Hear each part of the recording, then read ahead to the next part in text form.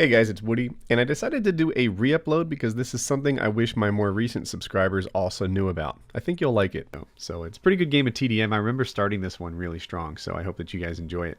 But that's not what I'm here to talk about. I'm here to talk about Tourette syndrome. So the reason that I bring this up at all, better yet, I'll take a step back.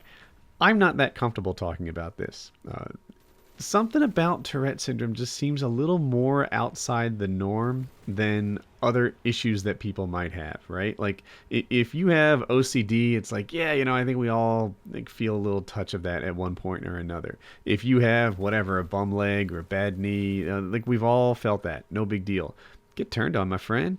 And but Tourette syndrome, like you don't have Tourette syndrome, and so let me talk about me. Most people, when they think of Tourette syndrome, they think of the side of it that I guess Hollywood talks about the most. And I'm going to try to pronounce this. It's like coprolelia, something close to that. I'm not a neurologist.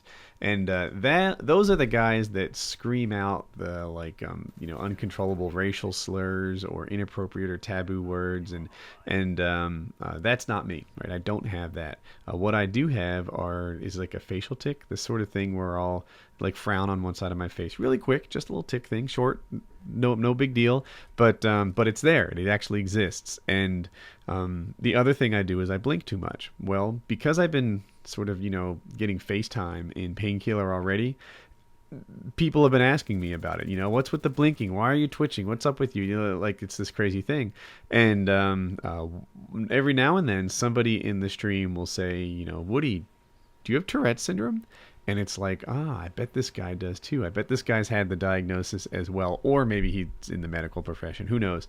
But it just felt like, this brother in arms, this guy who kind of knows what I'm going through, what I'm thinking about, and that to me was really kind of cool. So in the stream, I have typed out, yes, I do.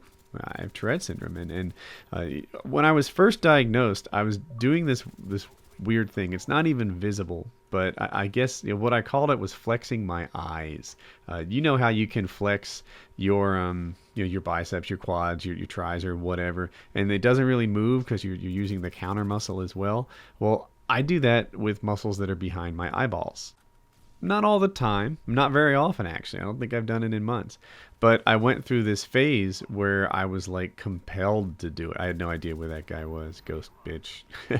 um, I went through this phase where I was compelled to do it. I couldn't stop myself, and it's like this urge, like you don't feel complete, you don't feel whole unless you do this, and it would give me a headache that I was doing it so frequently. So I went to a neurologist, and she was like, you've got Tourette syndrome. You have all the symptoms of it, and so there it is. I blink too much. I occasionally make a little facial tic, and that's that. But there are other aspects of people who have Tourette syndrome that I share that I find to be really, really positive. So here I am with this mild version of Tourette's, and what else does it do to you? Well, it makes you get into things with a certain passion that most guys don't, right? Most guys take an interest and they have it at sort of what I'll call a healthy hobby level. They like it, they think about it, but they do it in their spare time. It's no big deal. When I get into something, I get into it with a gusto that's not normal. It's not normal at all. And so previous examples include like woodworking, off-roading, where I would, do these things, but I think about them night and day. I'd be involved in forums, I'd be learning, I'd be reading books, all kinds of books, from hobby level books to, engineering level books on how to build suspensions for race cars, and try to apply that to how it would help with an off-road car. This is the sort of thing that I would do. And I think it's also impacted my YouTube channel, right? Like, you discover how YouTube works internally, right? Because I'm watching it closely. I'm checking things out.